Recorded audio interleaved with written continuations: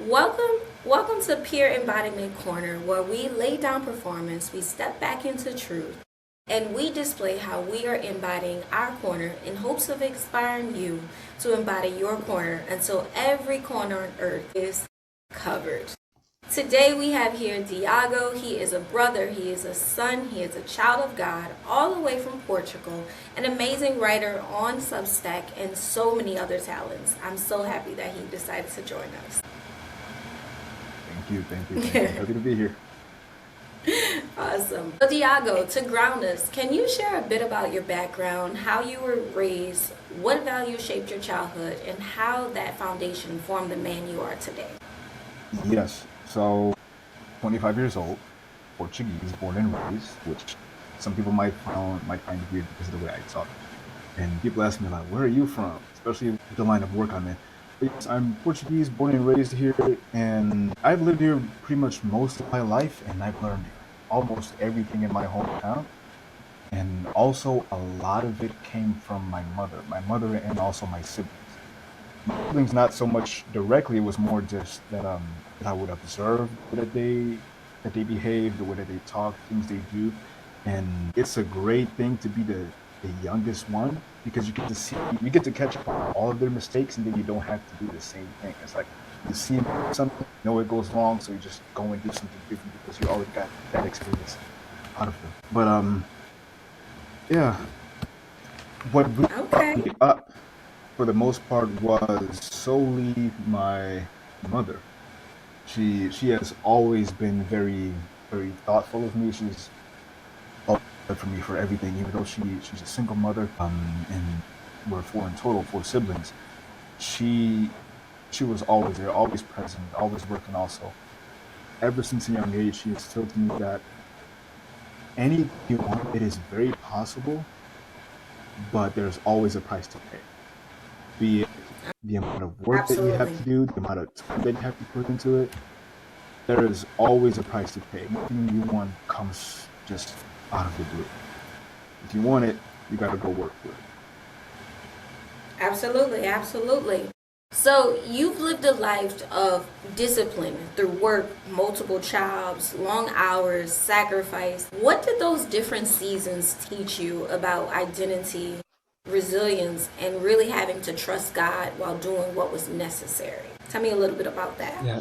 So I have had more jobs than I can actually count. I don't know how many jobs I had in total, but I've worked in three different restaurants. I have did painting. I did construction, which construction was the one I like the worst. I didn't like construction. I don't advise that to most people, but it's a good first job. I also worked at a supermarket. I did gardening. I did a whole bunch of things, but this shaped me a lot. See, when I first got my first job, I was 15 years old, and I was kind of doing three things at this point. One of them is I was going to school, the other one I was also producing music and selling them online. I was beginning that; it was my first little side hustle. But then I began working with my brother in a restaurant in my hometown, and this was one of the best experiences I ever had, even though it came also with a lot of anxiety because I didn't like talking. It's not that I didn't like, but I couldn't talk to people. I couldn't be face to face in a conversation. I would either talk very fast or I would just talk at a very high pitched voice. Okay, awesome. It was to face my fears head on because the more I pursued it, the more I talked to people in the restaurant with the clients, the better I got at it, and the more I started liking it as well. So it got to the point to where one point that really made a difference was when we were just opening up the restaurant, and then a lady just came out of nowhere, and she was lost, and so she asked me, "Where are we, and how do I get to here?" And I was explaining it to her, and she told me that just by the way that I sound and the way that I was talking, she felt immediately calm, even though she was still lost. So I learned that there is power in speaking to people. You don't always have to provide them some type of value or give them something, but just by talking. And showing up. It made me feel pretty good for the rest of the day. I was bragging about my voice for the rest of the day with the rest of my Yeah. the crew. But Awesome. yeah, it really shaped me a lot, all these jobs, because I was a very hard worker at them as well. This was part of the teachings that my mom instilled in me, because even until now, she still works. She doesn't work as hard as she used to before because of age. But I took on a part of what she was doing, and it got to the point where this also leads into my student loan debt. But I would even sleep in the restaurant that I was working in because I just felt like I needed to prove myself.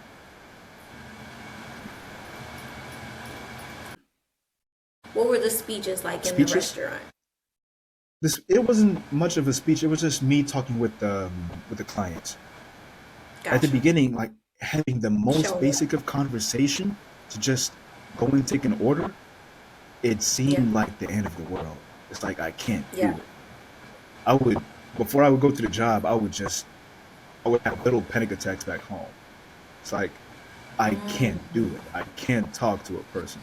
But then, as soon as I faced my fear, it just seemed like it wasn't as frightening as I planned it to be in my mind. Because what happens is what you think of, or the fear that you have, the way you think of it, it is 10 times worse than what it actually is. When you're actually Absolutely. talking to the person, you're actually facing that fear, facing that lion, it falls completely out of its weight. Oh, and you said it perfectly. When you face that lion, it falls completely. Because it seems like God brought you to that restaurant to start activating your voice so that you know there's power when you speak. When He opens up Yes. your throat, there's power. And so I absolutely love that through your hard work, you were able to start cultivating the gifts that He has placed inside of you. Which brings me to my next question. We spoke previously on the call, and you said financial literacy was huge for you, and it became a turning point for you. When did you realize the difference between making money and keeping money? Tell me So all about this that. is like the one thing that kind of one of the many things, but it's like the most important thing that runs my life nowadays. The way I got into financial literacy, before I talk about the difference between keeping money and making money, the way I got into financial literacy was because I went to college. So me being me and just listening to everything that my mom tells me, she would always tell me that you got to go to college if you want to be somebody. And I think that people relate to this, which is not exactly true. I'm not here to talk about college or anything like that. It's your life. But I went to college for music and sound production. I was going to Bournemouth University in England, and it was in 2020, so in the middle of COVID, and I was having my classes online, which I'm very grateful for because I didn't have to be there present. If I was there present in college, then I would have spent this lesson would have been a whole lot more expensive. But I dropped out a couple of months in, and I didn't really think much about it until I started receiving letters saying that I have a debt to pay off. So I was in debt, and I had essentially negative net worth, which led me to learning more about money, working even longer hours because I wanted to earn more money so I could pay off my debt as soon as possible. But what really clicked when I was learning about this was the difference between people who make a lot of money, even though they come from a lot of money and they're making ungodly amounts of money, and the people who don't have the same type of background, they don't have the same advantages, but they still end up becoming richer. They end up becoming rich or richer even than these people who make a lot of money. And this is a very common problem. You can, for example, in NFL players, NBA players, I don't know what the number is exactly, but I think it's around 80 to 60% of these players, a couple of years after they retire, they're either broke, most of them are broke, or they have very bad financial situations. And for the Yep. average person, it doesn't make any sense because you see these people making stupid amounts of money. Odell Beckham Jr., I think he had a contract or he has a contract. I don't know much about none of this. I'm not football savvy, but he had a contract for $100 million. Yep. And he said live that this is not enough money to build generational wealth on, which doesn't make any sense. Most people will never see $100 million go through their hands in a whole lifetime, no matter how many hours you work. Exactly.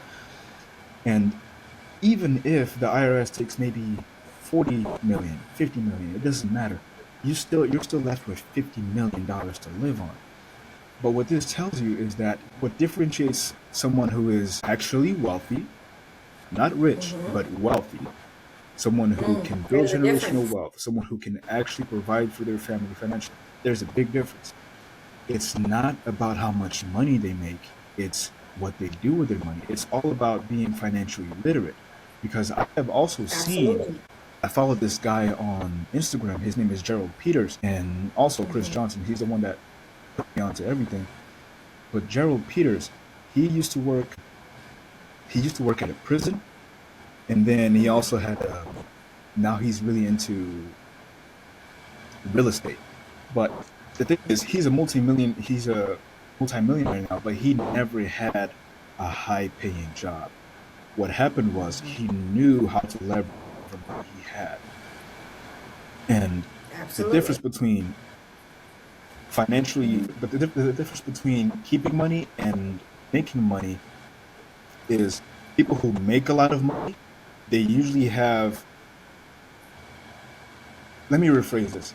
If you come from a poor background of spending more than you make, then you start making more money, that doesn't mean that you will become actually rich. You might have a lot of money, but you still have bad habits. So Absolutely.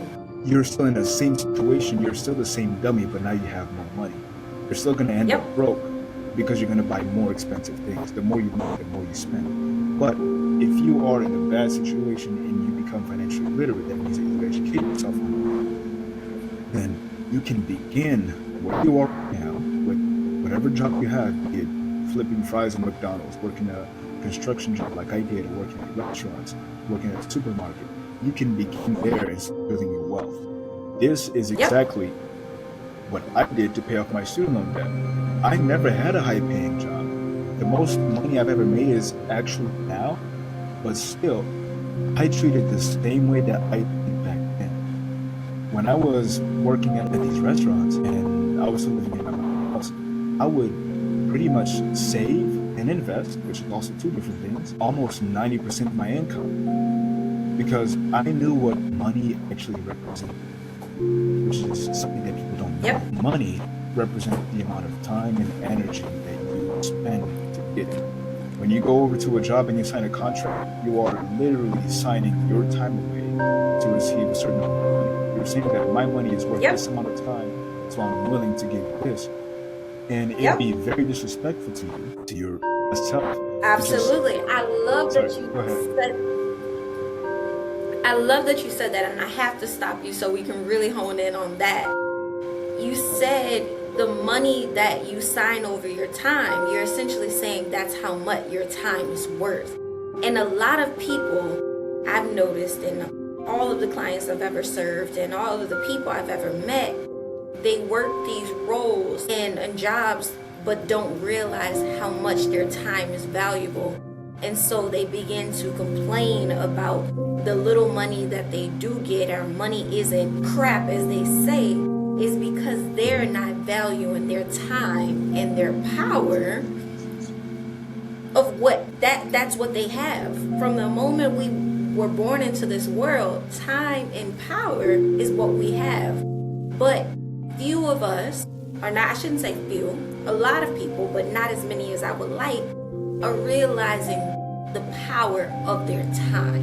And so I'm so happy that you said that, because at a young age you were able to pay off your student loan debts, and you were able to see that, hey, the time that I put in is the time that I'm willing to give, but it's also worth something.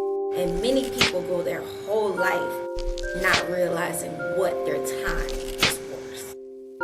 Yes, So thank you it for is. sharing It's that. my pleasure. And this also leads me to talk about another thing about your time being worth something. and it's very impactful. Everyone sees this, but not everyone can acknowledge it. But this is something that when you talk about money, you also get to see, and it becomes impossible not to see. Everything just changes. It's like a veil that has just literally been lifted. But what happens is people who are financially literate, they understand that you can't just save money. That's why I said before that saving money and investing is also two different things. Because what happens Yep. is when you save money, you're still losing it. You're still losing it in the form of inflation. So what Yep. wealthy people do is they park their money into assets, because essentially what the government is doing is they're printing more and more money, and they're essentially robbing you out of your savings. That's why you see everything becoming so much more expensive. So I took all this into hand, and I kind of did something that I was not supposed to do, but it went very well for me. I don't advise this to everyone. But since I had time to pay off my debt and I was in no rush, I didn't have to pay for any expenses. I just had to work and go to sleep. I was investing pretty much all of my money. I was just letting it grow. Then when it came time to pay off my student loan debt, I sold part of my assets. My student loan debt with purely profit money, and I kept the rest. Usually this is not the way to go. Usually you just save and then you pay it off because your investment Yep. can go down, but it worked well for me. Wow. I had the time. Yeah. Wow. That's truly amazing. Like, not many people at your age are looking to trade off their assets to pay off student loan debt and then have more freedom with their money that's coming in. Not many people think that way.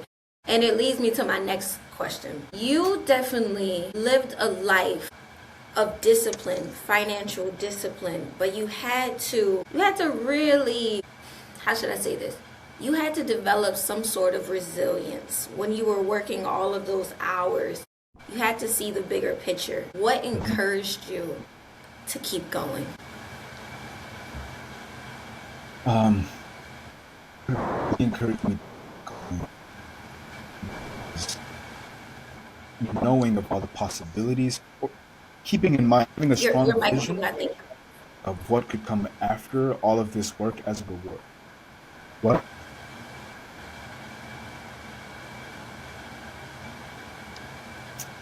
Did you say something? Yes, it was your microphone Is it okay now? glitching again. Okay, I'm sorry. It's better now. I was probably way too much. But yeah, it's what really helped me was having a vision of what I truly want for later on. When I was working all these jobs extra harder, one of the reasons why I also worked way harder was because of a book that I had found during that process. Gerald Peters also said this on his Instagram, and he was really into this book, which is The Science of Getting Rich by Wallace D. Wattles. Yep. And he says in the book, pretty much the book just says that, summarized, you have a very strong, definite picture of what it is that you want. Then you have to enact in a certain areas in order to bring you closer to it and to bring it closer to you as well. And so I took that part and I implemented that in pretty much everything that I was doing throughout maybe 3 years, 4 years, until I paid off my student loan debt. And today I've kind of off a little bit, but I think that's because I'm feeling too safe where I'm at now, but I shouldn't be feeling that safe. Yeah. Wow. So as you move from your early 20s into deeper self-awareness, your definition of success began to change. Tell me a little bit about that, because that book is, I think everyone should definitely read it. They should all read the Science of Getting Rich and Getting Everything. It also is The Game of Life and How to Play It by Fluent Coach.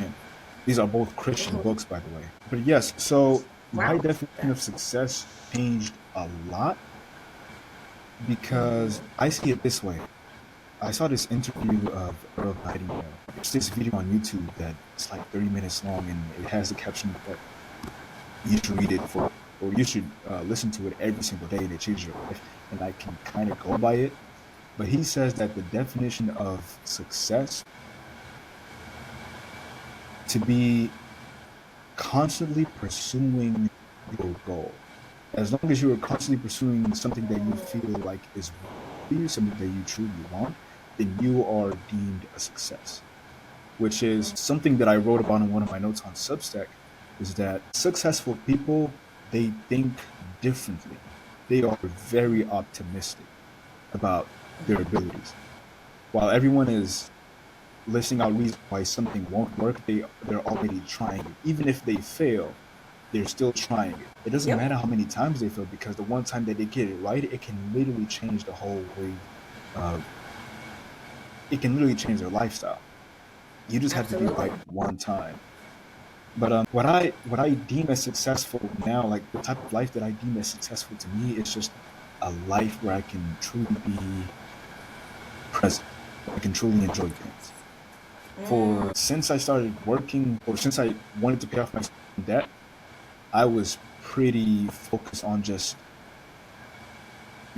like, I have to make more money, more money, more money. And it still happened when I was investing as well. It's just I was in the constant pursuit of more money, which that was the success for me at the time. It was just acquiring money so I can pay off my.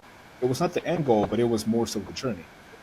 But now my vision for success, which has changed, is just I want to be able to buy my tech and be present, to just enjoy the time with my mother, the time with the kids that I will have in the future, the time with my girlfriend. I just want to be able to be here. It's something that I haven't been able to do for quite some time, and that most people Right. can't really do even after they retire, because they still have that financial struggle on them as well. Absolutely. I love that you said that your goal is just to be present, and that's your definition of success. Because I think so many times people think busyness is productivity. And Yes. I also love how you said deploy yourself. Well, you said a role. They see it as a role. And it's something, it's my philosophy as well. When you're in purpose, you deploy yourself into purpose, and that is a role that you get to embody. When I lived in Costa Rica, that's definitely something that I got to do. And because I did that, my gifts were activated, and it was as if my whole landscape of my brain changed forever, because that was my new definition of success. And so it's just so Mhm. amazing how when you see life as roles and you can never fail, you're just simply trying to not perfect your purpose, but you're trying to show up in your purpose. That's when true presence can remain, because it's not you trying to be someone else, it's just you showing up. And so I love that you Yes. said that way. You're showing up and you want to be present for those that you love. And that's the definition of success, because it's a shared experience in this world. It's not individual. And I think so many times people give away their power and their time trying to make as much money as they can for themselves, and they forget about those who are around them that they get to share the earth with. Exactly. Absolutely. So It's thank you. beautiful, because the thing is, you are so focused when you're just actively after money. It's as if you're in a survival mode, and everything that Yep, is not that, then it's not worth your time. That's how absolutely. people think. But And it's depth. That's depth of the spirit right there. yes, and the thing, you're just losing on so much time. You're losing on the growth of your kids. You're losing on just everything that is happening around you, because you're just tunnel vision focused on acquiring money and surviving for the next day, which I understand, but there's a time for everything. And money is not everything. Money buys a lot, but you have to make time for your family, your kids. You have to be present with them. You have to watch them grow. You have to teach them. Absolutely. Lately, I've been playing with this idea of God's currency isn't money, it's access. Because when I realized all the things that I've done in life, it wasn't the money that got me into that door, it was the access into that Mhm. circle. And when you look at life like that and you say, hey, I just want to show up and do what God told me to do, He opens up that door that no man can shut. He puts you in places that you're not technically qualified for, but He qualifies you. And so it's like that's the difference between a person who's working for the dollar or a person who's working for access. And only access can Yes. be granted when you go up to God and say, hey, I'm working for you. Use me, Lord, so that I can go through this door with abundance. I felt that exact way. Oh, I feel that exact way right now because, Yep, well, for one, very good. I feel like I didn't have the ability to talk. Secondly, Yep. I didn't have the ability to write. I never liked writing. I never liked writing Same. or I had to studying. learn It it. was one of the things that I despise. You have to learn to like it. You have to accept it. And now it's like it's the thing that I do the most. It's kind of core value that I have. It's just talking to people, writing to people, and it's something that I always thought that I couldn't do because other people did better than me. And I always Yeah. think like, what can I provide when I'm no expert? I don't have education. I don't even talk right. I can't write right. Why should I even be? Well, now that I got Absolutely. 14,000 reasons. Exactly. Which leads me to my next question. You speak openly about men's self worth and responsibility. Why do you think so many men struggle to confront these areas that they're not good at? And how do emotional maturity and financial wisdom function as spiritual discipline for other men and women? I speak openly about this because I feel like this is what makes of a person. It's what makes a person moral. Because there's already a lot of people who talk about materialistic things and just the world. And I think that people should, if you want true satisfaction for your soul, then you need to start facing what is within. And so you need to become a moral person. You need to pursue virtuous acts instead of just pleasure. Most people, they talk about, um, the regular old things. It's just you got to make money so you can have vacation. You got to make money so you can Mm-hmm. go on restaurants and this and that. It doesn't really matter. What you should Nope. really be working on is your morality, your soul, your mind. You need to make all of that beautiful so that you can make the outside beautiful. Afterwards, and you have to make it sustainable. But I Very think the reason why people have such a problem with this is because they're incentivized to see otherwise. You They see don't this see a the lot what? now on social media. They're incentivized to think otherwise now. Yes. Before, all of these conversations, they used to be had during dinner. Like you would sit down for dinner or lunch with your family and you would talk about these things. You would just talk to people, talk to each other. I'm sorry.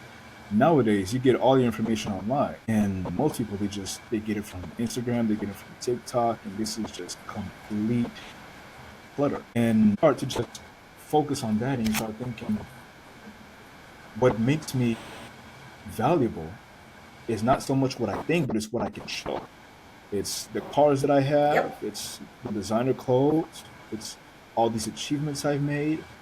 It's not that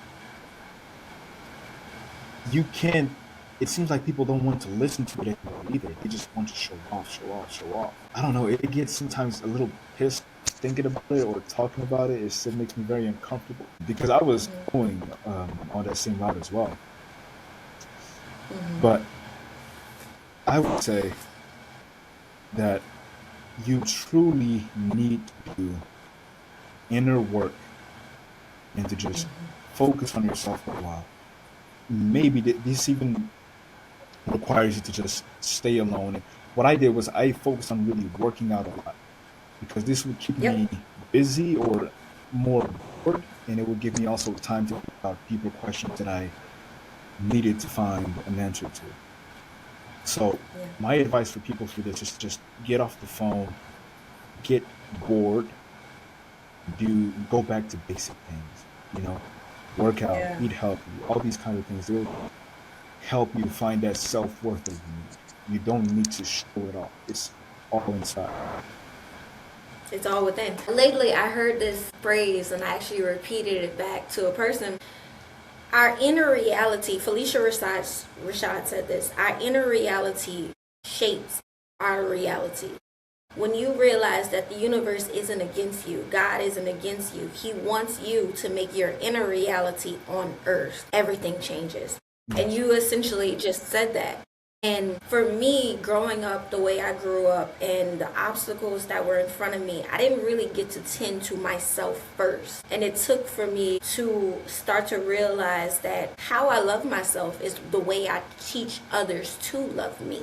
But if I don't love myself, I will never be able to show up fully as Imani. I'm showing up as an empty vessel. You know, I'm showing up as a empty thing. And then the other part is when you don't show up for yourself, you can never get to your cause. I love how you said that, your cause of what problem are you in to solve? Because God created each and every one of us to solve a problem. Before we were even put in our mother's womb, he gave us a problem to solve.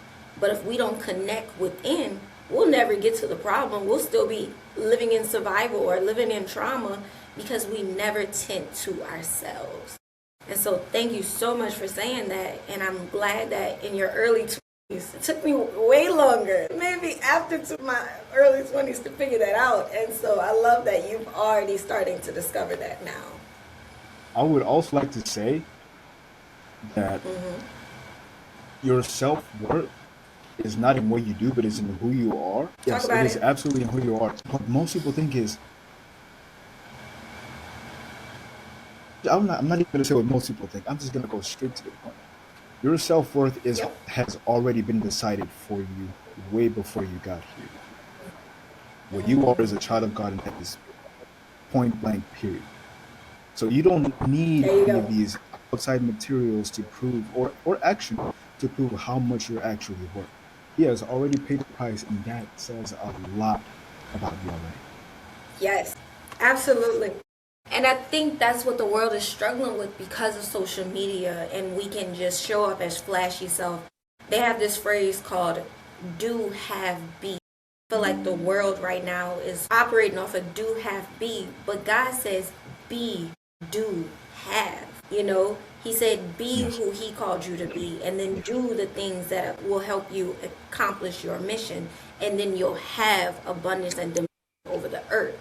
It was never do, have, be. Do the things so you can have it, and then you'll be this rich, amazing person.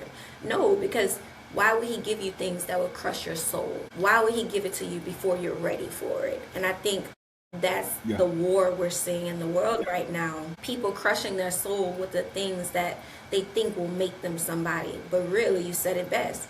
Self-worth was always already determined. You just have to be that person. So thank you so much for sharing that. Now, writing has been a major vehicle for your calling.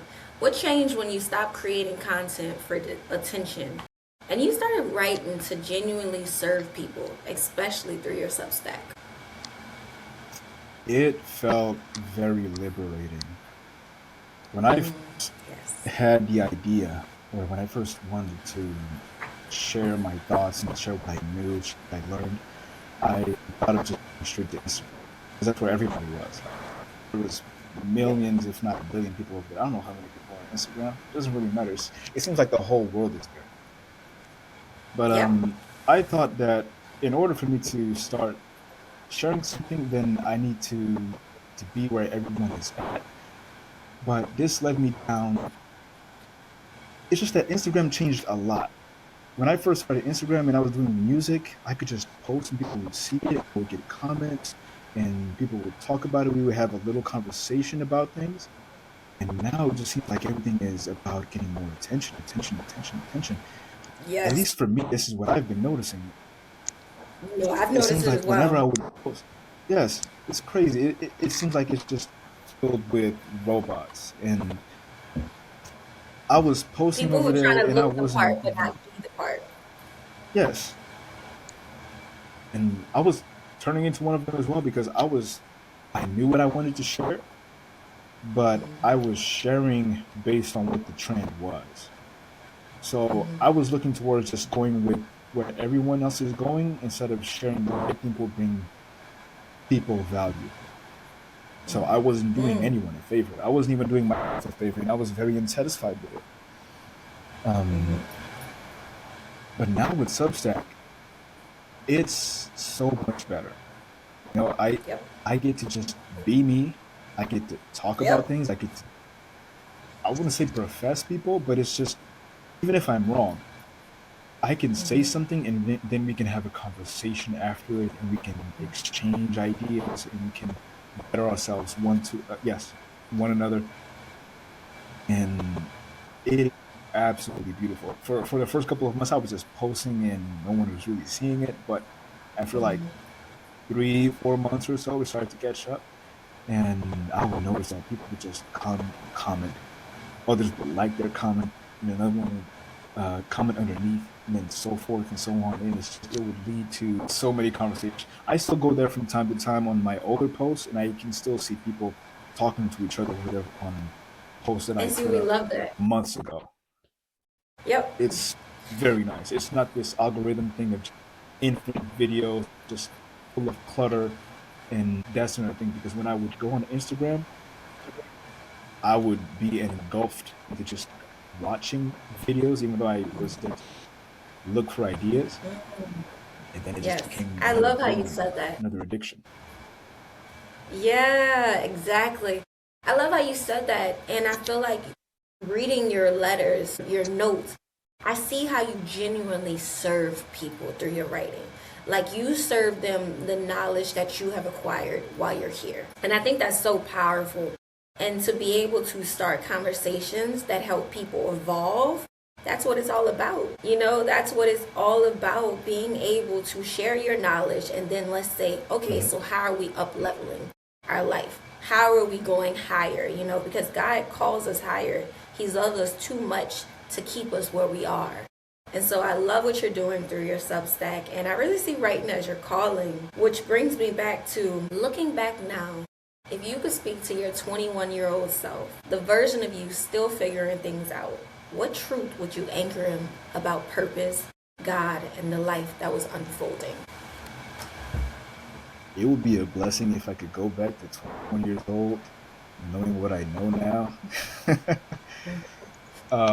But yeah, I can't do that. But if there's any 21-year-old over there, and I could instill this onto you as well, what I would tell myself is I wouldn't. A lot of people say that you have, like you said, you have time when you're 20. I would like to say that you need to be curious. You need not to just go and listen to what your peers are saying and obeying to them.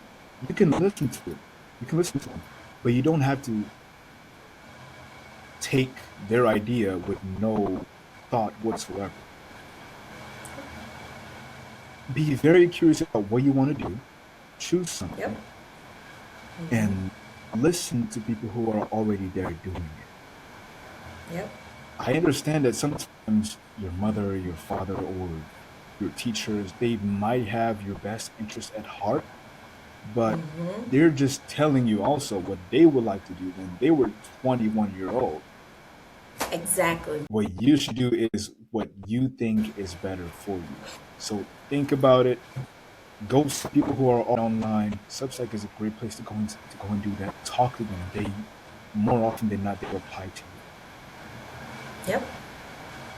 And also when it comes to purpose, I would say that it's very nice to have all of these things in the world. Like it's nice to be, financially educated, having a nice body, having the strength, the aesthetic, all of that is it's very nice. But don't give it all of your attention. The way I see this is that like you're working so much to have a mansion here in this world, but eventually you're gonna leave this mansion and you need your soul to have a home as well. If it doesn't Oh. have one, then this is pretty much worthless. Yep. You need to worry about both, but understand that this life is a very small period comparing to what is coming in the afterlife. So Absolutely. do this, be a moral person, don't complain too much, but above all, keep God first. Yes, I love that. I love that so much. Oh my gosh. Because I say this all the time. If our free will on earth isn't aligned with God's will for our life, in heaven, He won't grant access because He has reign over earth and heaven. the kingdom and earth. So our free will has to align with what he has for our life. And so I love that you said that our soul and this mansion, our soul needs a mansion, because so many of us don't. I didn't even think of it like that. Our soul needs a mansion. So many of us just go through life and we just try to get the most out of it. But what we don't realize is who we impact and what God called us to do is fulfilling his purpose for our life. And that's what's most important. So thank you so much for sharing that. And it's truly beautiful because Thank you. all of this through your personal development has been your bridge to knowing God. And I speak about it. I have a newsletter. Personal development is the bridge to personal relationship with God. And your life truly displays that. It truly displays how when you started from music all the way to now having a book on financial literacy. Look how he developed you. Look how he just kept moving in and through your life. And it's truly remarkable. And just keep going. Like, it's truly remarkable of how he developed you and you began to get closer and closer to him. Because God loves us too much to keep us where we're at. He wants us to rise higher. Absolutely. Yeah, so that's amazing. It's the best way to live, really. You just, life just feels so much colorful, like it feels like everything's so much more saturated in a good way when you start seeing things for what they actually are, seeing things for what God intends them to be, both the good and the bad. Like, you start noticing things that you should definitely keep away from, and you know that if God is telling you to keep away from this, it's because it's not going to bring you any value into your life. Matter of fact, it's actually going to destroy you. I'm glad you brought that up. I'm glad you brought that up because I think this is something very important, that misalignment. I'm sorry, go ahead.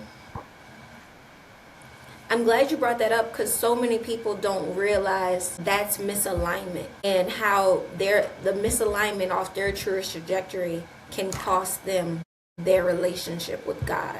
Because I know we talked previous about how you love to speak life into people. And now you have a role where you get to speak life into people and meet people from all over the world. But there were seasons in your life that you didn't feel like you can do that. So can you tell us a little bit about that? Your misalignment and when you were misaligned with God. I think that I was very misaligned with God when I used to live out of fear and knowing what I needed to do. And what comes to my mind is, I don't remember which verse this is, but it's in the Bible that God has plans to prosper you and not to harm you. So when I was fearful, but I knew exactly what I needed to do, I know that it wasn't me who was putting those thoughts into my mind. It was God himself. And that all that I needed to do was to just be completely unafraid and just obey. Because if he's telling me to do this, I know that it's going to go despite of my own feelings. And that's exactly what I noticed when just talking to people. Because this is the one thing that I am here to do, is to just talk to people and just share knowledge and to speak life into people. Had I not obeyed him, I would have been the same person I was before, and just, I would maybe acquire all this knowledge, but I would have kept it all to myself. And that is a very selfish thing, because yes, technically I am becoming a better person, but I'm not thinking about all the other people that I could help. Now that is very apparent. Wow. Yeah, and I say that exactly because I say that all the time. When we leave this world, we're not going to think about ourselves. We're going to think about all the people we impacted. My version of wealth is, how many people did I impact and make their life better? Because God, he placed them on my path for a reason. And so you said something that I want to touch on a little bit more. You said that God doesn't leave us there.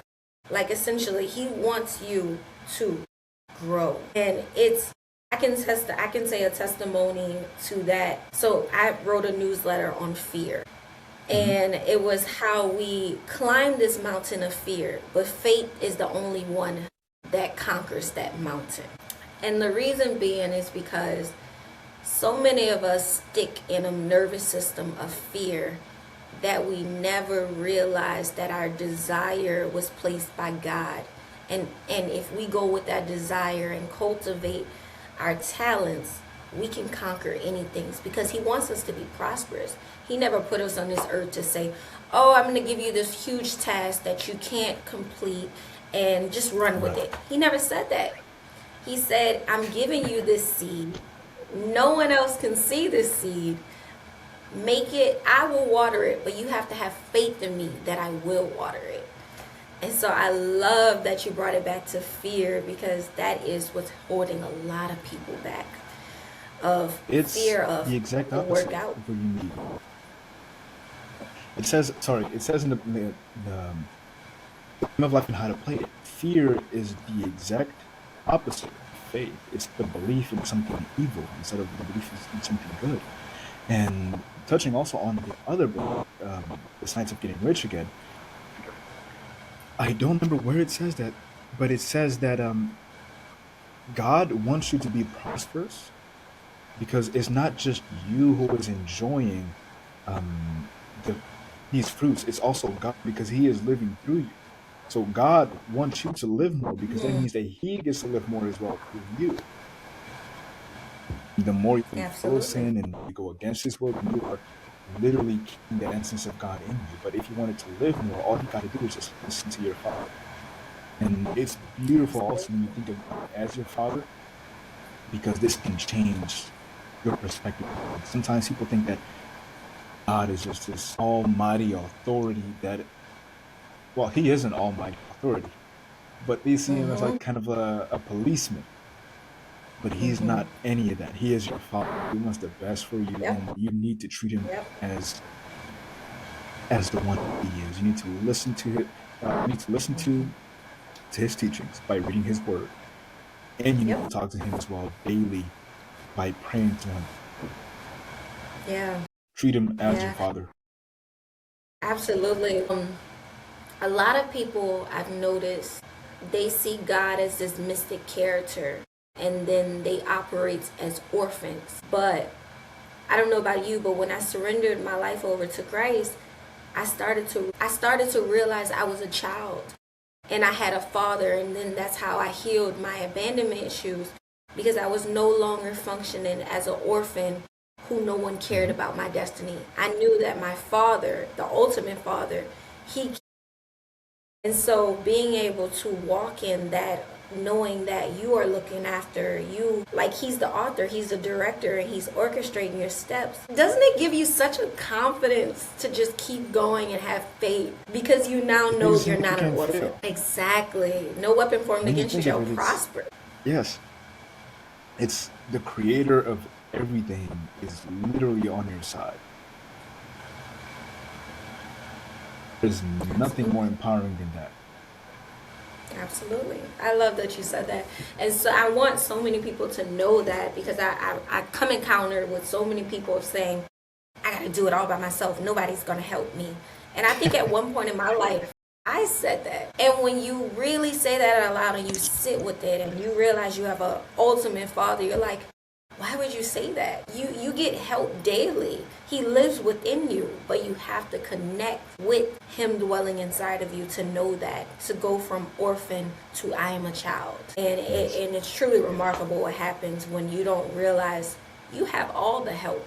He just wants you to believe in him. He just wants you to have faith that he will carry you through the hard times, but he's also pruning you so that you can become better, because he loves you too much to not correct you. Hmm. Yeah. Absolutely. Okay. Okay. So to wrap this up, I would. I'm sorry. What'd you say? I said you need to let God express Himself through you. Yes, because he is the ultimate creator. What I've noticed is when you give God your yes, he's like a perfectionist. He goes super creative mode. And sometimes when, like you said earlier, the veil was dropped, he drops the veil and you're like, oh my gosh, this is so exciting. Oh my gosh. Because you know it's not from you, because he's the ultimate creator, you know? And you get so excited with his visions, and his visions doesn't kill your soul. It liberates you. It makes you into the version that he always saw you as. And that's what life is all about. Being who he created you to be, not what the world created you to be. Absolutely. And so I would love to support you in any way. What is a way where the community, your community and my community, can support you right now in this moment? Like, what are you preparing? What are your projects? Absolutely in Substack. That is where everything is. That is where I'm active all the time. It's my favorite platform. It is. Anyone who wants to Really do a world. anything or wants to learn anything, you need to come to Substack. Yes, It's full of I totally everything. agree. But yeah, I'm on Substack. I'm on Threads as well. I'm on Instagram, and it's all the same handle, Diogo the Stoic. But if you just really want to come to me or talk with me, also, if there's anything that I can do to help, feel free to reach out. Send me a DM, send me a message, and I'll reply as soon as I possibly can. Awesome. Well, thank you so much, Diogo, for taking the time out of your day. What time is it in Portugal right now? It's 4:52 p.m. 4:52, and it's early morning for me. So thank you so much for taking this time. Thank you for dropping performance and stepping into the truth with me. You know, Pure Embodiment Corner is for others to live purely and embody the corner that God gave them. And I always tell people, if you want to change the world, start with your community first. And it truly shows that you are changing your community through your writing, through everything that you put your mind to. And it's truly remarkable. So thank you so much for, this conversation and sharing space with us. My pleasure. I really enjoyed being here. This was cool. I like it. Yeah, I'm glad. All righty. So see you next time, and bye. See ya.